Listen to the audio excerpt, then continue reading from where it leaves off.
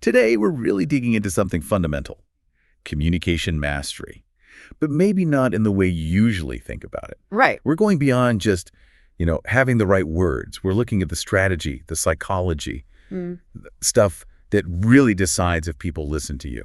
Yeah, absolutely. Because there's this huge myth out there, isn't there, that if you're brilliant, if you've got the facts, you'll automatically get heard. Yeah, the smartest person in the room wins. Exactly. But the research, the sources we looked at, they paint a really different picture. It's actually quite stark. The words themselves, your vocabulary, how you phrase things, less than 10% of your actual influence. Hold on. Less than 10%. Less than 10. It's shocking when you first hear it. That is astonishing. So if we spend all our time polishing our talking points, we're fighting over this tiny slice. What's the other massive 90% then? That 90%. That's psychology.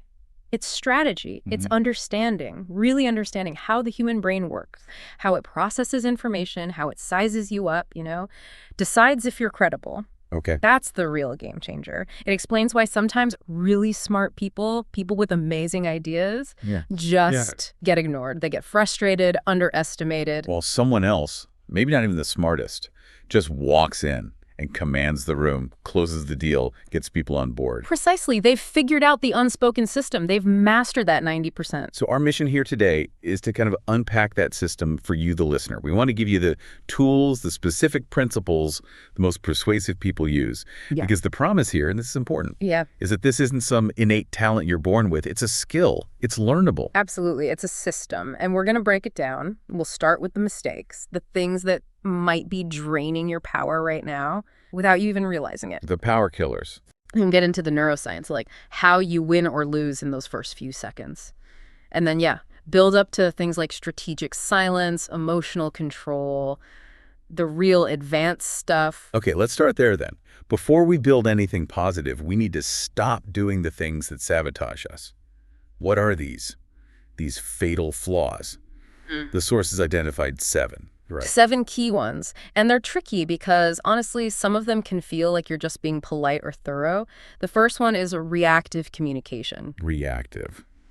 Okay, it sounds like just responding to people. Well, yes, but it's more than that. It's this habit of always letting others set the agenda, the tone, the whole direction of the conversation. You're always playing catch-up, always responding, almost never leading. So you're waiting for permission, almost. Exactly. Think about the signals you send. If you constantly say things like, I'm not sure if this is right, but, or maybe you've already thought of this, but, or even just constantly asking if it's okay to speak. You're training people to see you as less important? You got it. You're basically handing your authority over to them. You're signaling, my opinion needs checking first. Okay, it's subtle but powerful. Yeah. It's not about patience. It's about projecting uncertainty. Yeah. And the brain, you're saying, picks up on that lack of certainty. Instantly. It reads it as lower status, less confidence.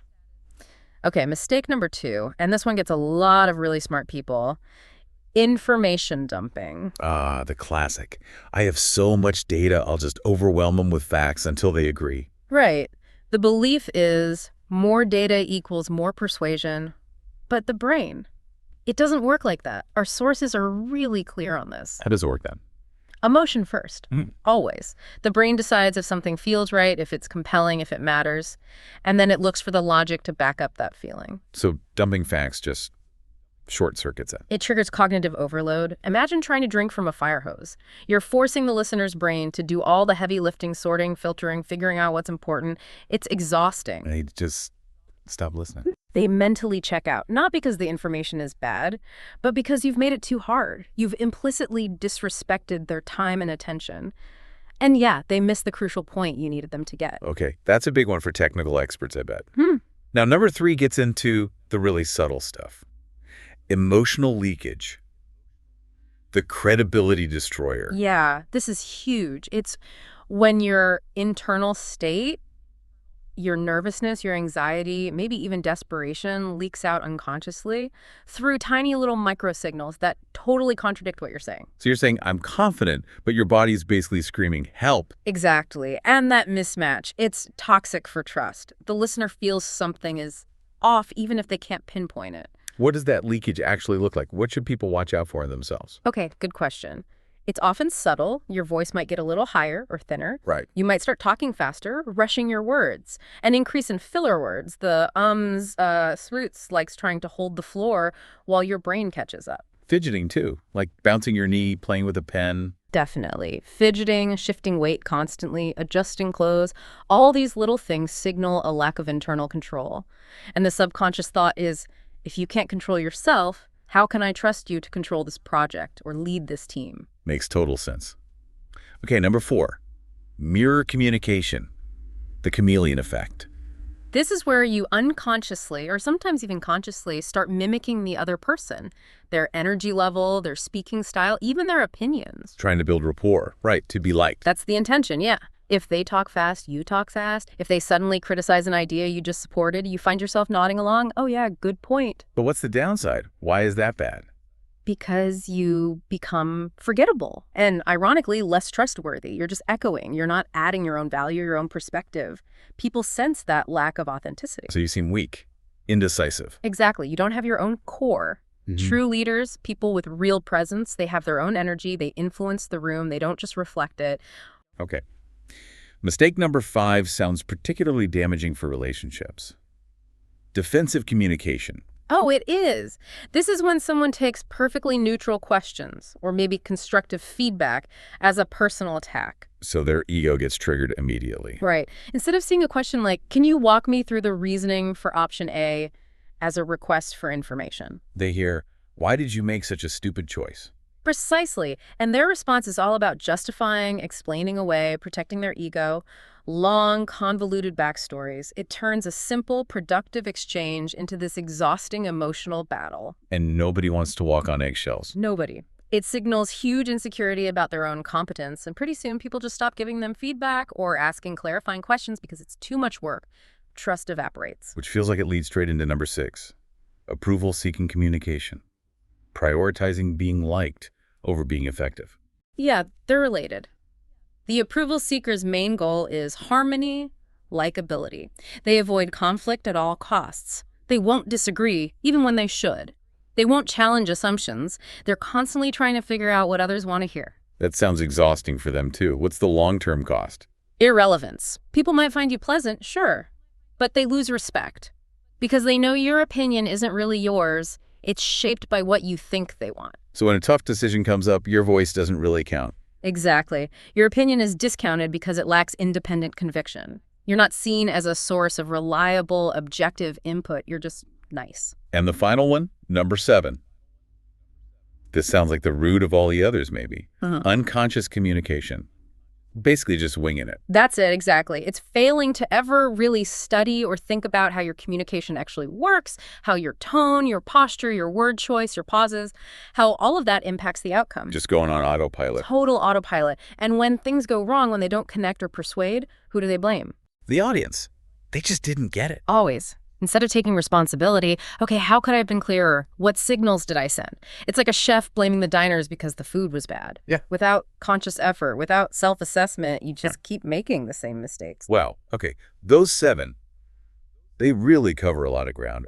Avoiding those seems like the essential first step. It's the foundation. You stop the leaks before you try to fill the bucket. All right. So we've cleared the ground by looking at what not to do. Now let's get into the positive. The sources emphasize this tiny window, like seconds, where influence is established, before you've even really said much.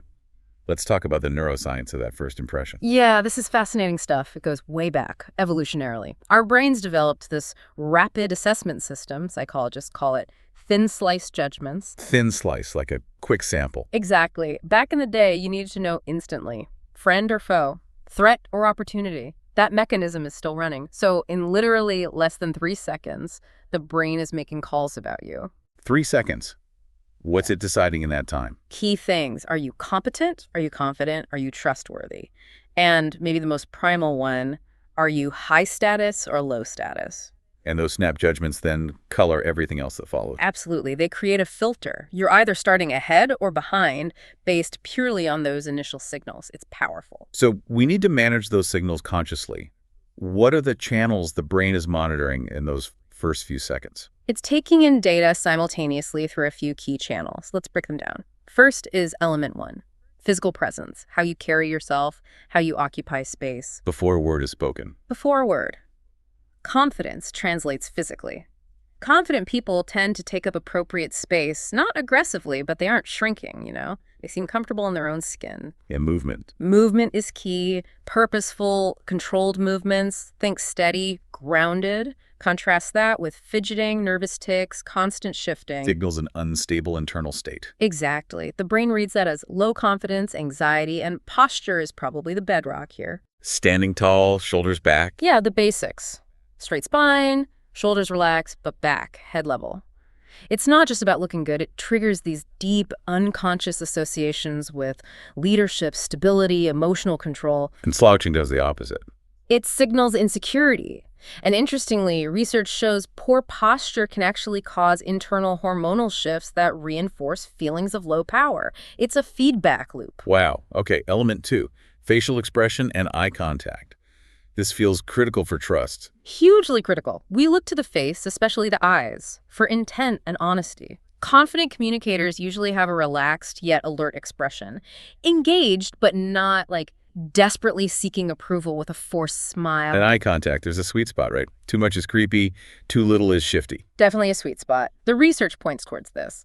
When you're speaking, aim for holding contact for about 3 to 5 seconds at a time with individuals, just long enough to land a point. Okay. When you're listening, you can hold it a bit longer, maybe 4 to 6 seconds. That shows deep engagement, that you're really taking in what they're saying. And breaking contact. Don't just dart your eyes away. Good point. Avoid looking down, which signals submission or shame. Look slightly to the side, briefly, as if you're considering something or gathering your next thought. It looks much more controlled. You mentioned emotional congruence earlier. How does that play into facial expression? Wow, yes. This is vital. Congruence means your outward expression genuinely matches your internal feeling. If you're saying something serious, but you have a nervous grin plastered on your face. The brain detects a mismatch. Dissonance. Exactly. And the conclusion is you're being insincere, you're hiding something. It demolishes credibility. To project genuine confidence, you actually need to cultivate some level of internal calm first. The expression needs to be authentic. Right. Okay. On to the auditory channel, element 3. Vocal quality and tone. The sound of your voice. Yeah, the voice carries enormous weight in status assessment. Think about voices you perceive as authoritative. They often have certain characteristics. Like what? Deeper pitch. Often, yes. A fuller, richer tone, supported by breath from the diaphragm, not shallow chest breathing. This tends to sound more resonant, more grounded. It signals physical presence and control. Pace matters too, right? Not talking too fast. Crucial. A controlled pace indicates thoughtfulness. Rushing suggests nervousness or that you don't expect people to listen for long. Clear articulation is also key. And varying your intonation, avoiding monotone, keeps people engaged. What are the big authority killers vocally? Things people do wrong. 3 main ones pop up constantly. 1, speaking too quietly. Just sounds timid, deferential. Speaking too quickly, as we said, signals nervousness, low status, like you're afraid of being cut off. And the third, you mentioned this before, uptalk. Uptalk, yes. Making statements sound like questions with that rising inflection at the end. Yeah. Like everything's tentative. Exactly. It completely undermines the authority of whatever you just said. You could deliver brilliant insight, but if it ends with that questioning tone, you're essentially asking for validation. It screams uncertainty, instantly lowers perceived competence. Wow. Okay, so presence, face, eyes, voice. What's the last element for that crucial first impression? Element 4, opening words and energy. This ties into something called the primacy effect. Meaning, what comes first sticks. Precisely. The very first thing you say carries disproportionate weight in shaping the overall impression. You cannot waste that moment. So avoid weak openings. Yeah. Like apologizing for interrupting. Definitely avoid that. Sorry, can I just jump in? Or, I don't know if this is relevant, but these immediately position you as low status. Like you don't value your own contribution. So how do you start strong? Be direct. Be purposeful. Start with a clear statement of your intention, or a strategic question that frames the discussion in your terms, or a concise, powerful piece of evidence.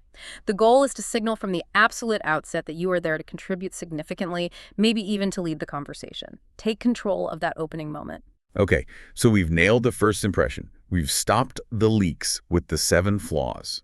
Now, how do we build on that? How do we actively command, respect, and, ethically persuade people? Let's talk about authority without aggression. Right. This is a key distinction. People often confuse authority with aggression or dominance. But true authority isn't about forcing compliance through intimidation. That's actually often a sign of weakness, of needing to compensate. So what is true authority then? It's calmer, it's controlled, it's almost magnetic. It draws people in because it stems from genuine competence, deep confidence, and crucially, emotional control. When people sense you're in control of yourself, especially under pressure, they feel safer, they trust you more. That comes back to emotional regulation again, being the calm center in the storm. It's arguably the most powerful signal of leadership potential, being able to feel stress or frustration or even anger, but choosing how you respond instead of just reacting. That sounds really hard. If someone pushes your buttons in a meeting, how do you regulate instead of just exploding or shutting down? It is hard. It takes practice. But it's about creating a tiny space between the trigger and your response. Techniques like taking a slow, deliberate breath before answering it sounds simple, but it gives your thinking brain, your prefrontal cortex, a split second to catch up with your emotional brain. Buys you time to choose a strategic response. Exactly. You shift from reacting emotionally to responding thoughtfully, and when others see you maintain that composure under fire, it builds immense respect. It signals maturity, reliability. Okay, so emotional control is key. What's the other part of this calm authority? You mentioned purposeful communication. Yes. And this is about being selective. Authoritative people often speak less, not more. They don't feel the need to fill every silence or jump into every discussion to prove they're smart. They wait until they have something truly valuable to add. Precisely. They speak when their contribution is meaningful, decisive, or brings a unique perspective. That selectivity makes their words carry more weight. When the person who is usually measured and thoughtful speaks up, everyone really listens. Their silence gives their words power. That makes sense. Okay, let's pivot to ethical persuasion. Getting people to see things your way, but doing it right. The sources draw a line here, don't they? A very important line. Between persuasion and manipulation. Manipulation is about tricking or pressuring someone for your benefit, often at their expense. It destroys trust long term. Whereas ethical persuasion is about helping people make decisions that are genuinely good for them, that align with their goals, while also achieving your own legitimate objectives. It's about finding the win-win built on respect and understanding. And again, it starts with emotion, not logic. It has to. Remember, emotion drives the decision, logic justifies it afterwards. So the first principle of ethical persuasion is principle 1, identifying core motivations. Figuring out what the other person really cares about. Exactly. You need to put on your detective hat. What truly drives this person or this group? Is it security? Is it recognition? Maybe growth and opportunity? Or is it autonomy and control? And you frame your proposal based on their driver, not yours. Absolutely critical. If you're talking to someone whose main concern is risk reduction, you don't lead with how exciting and risky your idea is. You frame it in terms of how it enhances security or mitigates a bigger threat. You have to speak their motivational language. Once you know their motivation, what's next? Principle 2, strategic storytelling. Right. The old saying, facts tell, but stories sell.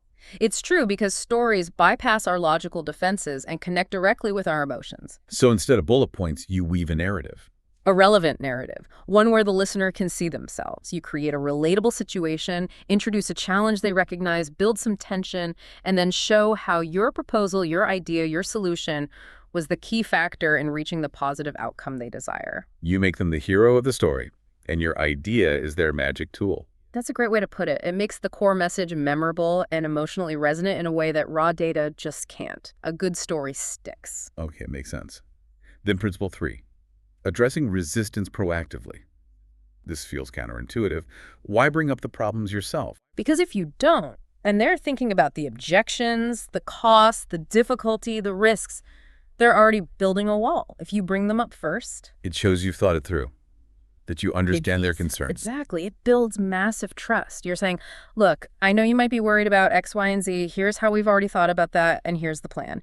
You disarm the objection before it's even fully formed. It shows you're not trying to hide anything and that you're prepared. It smooths the path for them to say yes. All right, this next section is fascinating because it's about something we actively try to avoid. Silence. Strategic silence. Using pauses not as awkward gaps, but as tools. Yeah, this is powerful and definitely counterintuitive for many people. We're often conditioned to think that talking equals control, and silence means we've lost it. But used intentionally, Silence can significantly increase your influence. It's not an absence of communication, but a different form of it. Precisely. It conveys confidence, thoughtfulness, control. When you're comfortable with silence, the words you do use gain more impact. Let's look at the specific types. First, the confidence pause. Okay, what's that? This is a very brief pause, maybe just a second or two, right before you start speaking, especially before an important statement. What does that signal? It signals intentionality. It says, I'm choosing my words carefully. I'm not just reacting. Subconsciously, the listener leans in. They assume what's coming must be worth waiting for. It focuses their attention right on your opening. Stops you from just rushing in nervously. Exactly. Grounds you, prepares them. Next is the emphasis pause. This one comes after you've made a key point. So you deliver the important line then, pause, let it sink in. Yes. So often we make a critical point and immediately rush to the next detail, the next piece of supporting evidence, and the main message gets lost in the stream. But the pause gives it weight. It gives it space to land. If you say, the core issue is X, and then pause for a couple of seconds, that statement resonates. People have a moment to actually process it emotionally and cognitively. Okay. Then there's the invitation silence. This sounds like using silence to get others to talk. That's exactly what it is. Yep. This is usually a longer pause, maybe 3, 4, even 5 seconds. You use it after asking an important question, especially in a negotiation or when trying to understand someone's real position. Because people feel uncomfortable with silence and rush to fill it. Most people do. It feels awkward. So if you ask a probing question like, what's your biggest concern about this? And then just wait calmly, maintaining relaxed eye contact. They're likely to volunteer more information than if you immediately followed up. Very often, yes. They might reveal underlying assumptions, hidden objections, or key motivations they wouldn't have shared otherwise. You have to be comfortable holding that silence, letting them break it. That takes nerve. Okay, last one. The processing pause. This is for when you're on the spot. Yes.